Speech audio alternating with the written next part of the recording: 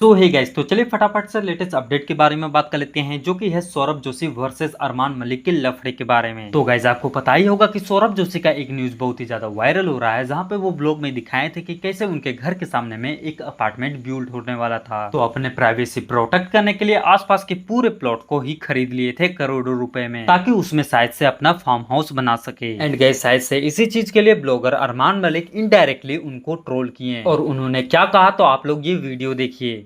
तो भाई एक इतना नकली ब्लॉगर है जो अपने आप को बहुत बड़ा ब्लॉगर कहता है। मतलब वो इंसान है सारे कंटेंट मेरे कॉपी कर रहा है। अभी जैसे मैं फार्म हाउस बना रहा हूँ तो भाई उसने भाई ये वो एक्सपेक्ट करके कुत्ते बिल्ले की तरह कि भैया ये बना देंगे। जो मैं कर रहा हूँ ना वो सेम कर रहा हूँ। उसको पता है कि एक ही आदमी है जो मेरा कुत्ता बना सकता है, और वो है अरमान मलिक।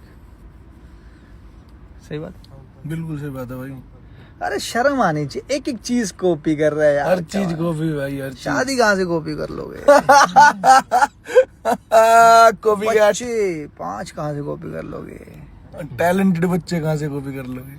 सो गाइस, तो चलिए नेक्स्ट अपडेट के बारे में बात कर लेते हैं, जो कि है लॉकअप सीजन 2 के बारे में। तो गाइस, क्या यहाँ पे एल्विस यादव, करण कुंद्रा, लक्ष्य चौधरी, आरुष भोला, ये चारों लोग लॉकअप सीजन 2 में जा रहे हैं? तो जी हाँ गाइस, ये चारों लोगों को लॉकअप सीजन 2 में एंट्री होनी है। लेकिन गाइस, इसमें एल्विस यादव एंड करण कुंद्रा 1-2 दिन के लिए जाएंगे, लेकिन वहीं पे लक्ष्य चौधरी एंड आरुष भोला अप्रोक्स जब तक शो खत्म नहीं होगा तब तक रहेंगे, यानी कि 30 से 40 दिन का जर्नी होने वाला है। तो चलिए मैं उनका क्लिप ही दिखा देता हूँ ताकि आप लोग कंफर्म हो जाओ। फाइनली वो वक्त आ गया है और लक्ष्य भाई भी इस बार साथ होगा, तो अंदर दिल लगा रहेगा। फोन देने वाला हूँ और कम से कम 30-40 दिन बाद तुमसे मिलूंगा, तो आप थोड़ा प्यार दिखाना दोबारा से भाई।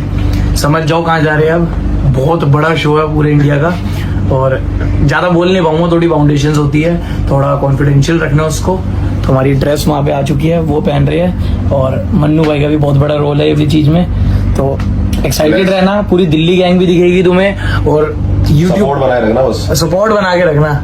खेत में जा रहे हैं, खेत में जा रहे हैं, और ऐसा ना हो कि भाई इसकी ऑडियंस मेरे को सपोर्ट नहीं करी, मेरी इसको नहीं करी। सबने एक दूसरे को दिखाना है, भाईचारा ऑन टॉप रखना, ठीक है? सी यू भाइयों। मम्मी आई लव यू, और डैडी आपको कभी नहीं बोला तो आज भी नहीं बोल रहा। तो भाई, क्लिप देखने के बाद आपको तो कंफर्म हो गया होगा कि ये लोग आने वाले हैं लॉकअप सीजन 2 में। पर गाइस, क्या एल्विस यादव, करण कुंद्रा एक दिन एक साथ में ही लॉकअप सीजन 2 में दिखाई देंगे, या फिर अलग अलग एपिसोड में अलग अलग दिखेंगे? तो इस चीज को लेकर के क्या अपडेट आई है, तो चलिए मैं दिखाता हूँ। क्योंकि शो में आ रहा है टीआरपी का किंग, जिसे हम कहते हैं एल्विश यादव। खबरों की माने तो as a jailer Elvish Yadav और करण कुंद्रा दोनों एंटर होने वाले हैं लॉकअप के अंदर। लॉकअप में एंटर होके ये सभी कंटेस्टेंट से ना सिर्फ टास्क करवाने वाले हैं, बल्कि उनको उनके गेम को लेकर सजेशन भी देने वाले हैं। बहुत मजा आने वाला है इन दोनों को एज अ जेलर लॉकअप में देखने में। वैसे क्या लगता है आपको, अलग अलग आएंगे या एक एक आएंगे? मुझे लगता है एक एक कर आएंगे। एक दिन एल्विश आएगा, एक दिन करण आएगा। करण तो ऑलरेडी जेलर रह चुका है लॉकअप सीजन 1 का, लेकिन देखना बहुत मजेदार होगा कि सीजन 2 में क्या कमाल करते हैं दोनों। पिछली बार ज्यादा बड़े एक्टर्स नहीं थे, लेकिन इस बार एल्विश और करण दोनों के ही काफी सीनियर इस शो में हैं, तो उनको बाकी गाइज, आप लोग लॉकअप सीजन 2 को देखने के लिए कितना एक्साइटेड है कमेंट पर जरूर बताइएगा। तो चलिए नेक्स्ट अपडेट के बारे में बात कर लेते हैं, जो कि है योगेश रावत एंड श्रेया कालरा के ह्यूज लफड़े के बारे में। तो हुआ क्या कि ये दोनों बैठे हुए थे एंड यहाँ पर हम लोग को फाइट वगैरह देखने को मिला था, जहाँ पर श्रेया कालरा स्टार्ट करते हुए योगेश रावत को ये कह देती है कि क्या सो तेरे बाप का है क्या? तो योगेश रावत भी कहने लगते हैं श्रेया कालरा को कि क्या तेरे बाप का है क्या? तो श्रेया कालरा कह देते कि हाँ मेरे बाप का है। तो इस चीज पर योगेश रावत उनको कह देते हैं कि पता नहीं तेरे कितने बाप हैं। बेसिकली योगेश खुल के नहीं बोले, इट मींस कि नेटफ्लिक्स में काफी क्रिएटर्स एंड मेकर्स वगैरह होते हैं, तो इस चीज को लेकर के वो कह दिए कि पता नहीं तेरे कितने बाप। ये लाइन कहने के बाद योगेश रावत को बहुत हेट मिल रहा है। कुछ लोग योगेश रावत के साइड में है, तो कुछ लोग श्रेया कालरा के साइड में है। और श्रेया कालरा का बॉयफ्रेंड का भी रिप्लाई आया है इस चीज से रिलेटेड, और उन्होंने क्या कहा है ये वीडियो आप लोग देखिए। चीजें बोली गई जो कि बिलो द बेल्ट थी। मतलब बिलो द बेल्ट तो बहुत छोटा वर्ड है। मतलब आप किसी के माँ बाप के लिए एक शो में जाकर बोल रहे हो, सोचो आप कितना, क्या मतलब मल्टी लेवल में मुझे बहुत ज्यादा प्रॉब्लम है उस स्टेटमेंट से जो योगेश ने श्रेया के लिए बोला है।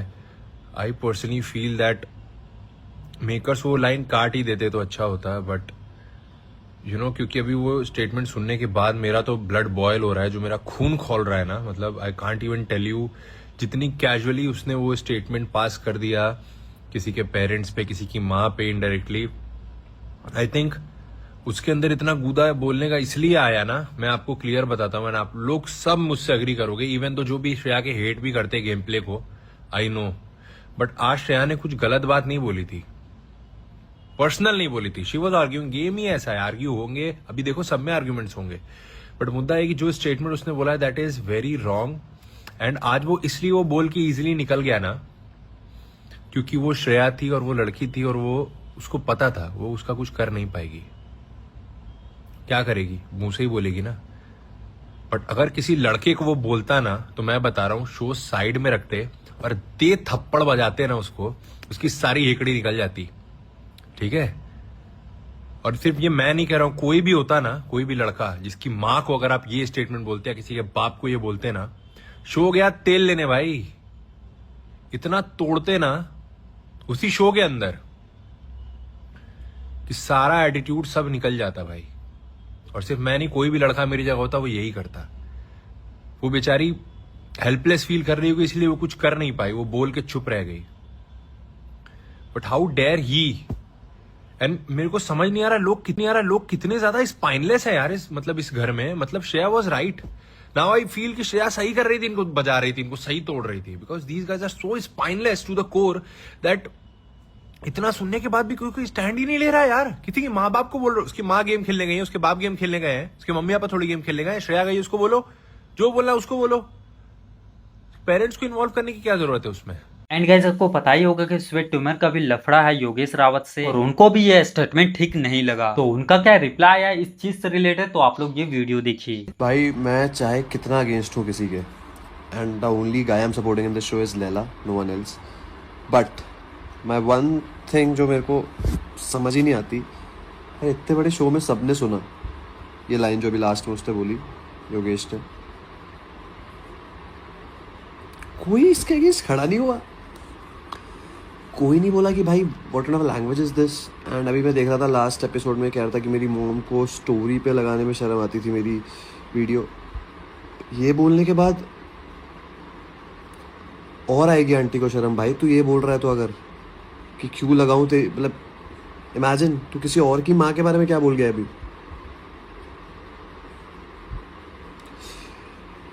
सोच, मेरे को नफरत है उन लोगों से जो किसी के माँ बाप के बारे में ऐसे बोलते हैं। मतलब नेटफ्लिक्स बड़ा भी प्रमोटिंग यार, कट ही कर देते कम से कम यार। मजाक मस्ती गाली अलग होती है, ऐसी चीज़ें बोलना ना ऑन नेशनल टेलीविजन, आपके मिलियंस में फॉलोअर्स हैं, क्या सिखा रहे हो आप। और शुक्र है भाई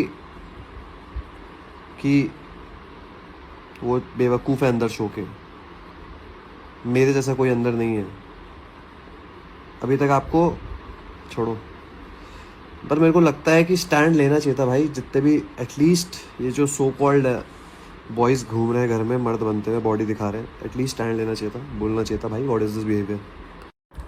भाई कुछ लोग तो किसी और के सपोर्टर है वो आएंगे बोलने, कुछ मेरे अपने जिन्होंने मुझे बोल दिया अभी तक। तो भाई फर्स्ट ऑफ ऑल मेरी लड़ाई इंडिविजुअल से होती है, उसके मॉम डैड से नहीं। मेरे हिसाब से सबके माँ बाप अच्छे होते हैं, सबके माँ बाप उन्हें अच्छी तालीम देते हैं, अच्छी परवरिश देते हैं। या हम लोग होते हैं जो थोड़े से अलग रास्ते पे चले जाते हैं। मेरे एटलीस्ट मेरे मॉम डैड तो मुझे कभी नहीं सिखाया कि किसी और के माँ बाप के लिए कुछ ऐसा बोलो। हमने बस बड़े होकर थोड़ी गालियाँ सीख ली तो हमारे मुँह से गालियाँ निकल जाती हैं, और वो भी सिर्फ आई तो नेवर मीन एनी गाली टू एनीवन। सो गाइस आज के लिए इतना ही, मिलते हैं अगले वीडियो में, तब तक के लिए वीडियो को लाइक करें, शेयर करें एंड सब्सक्राइब जरूर करें।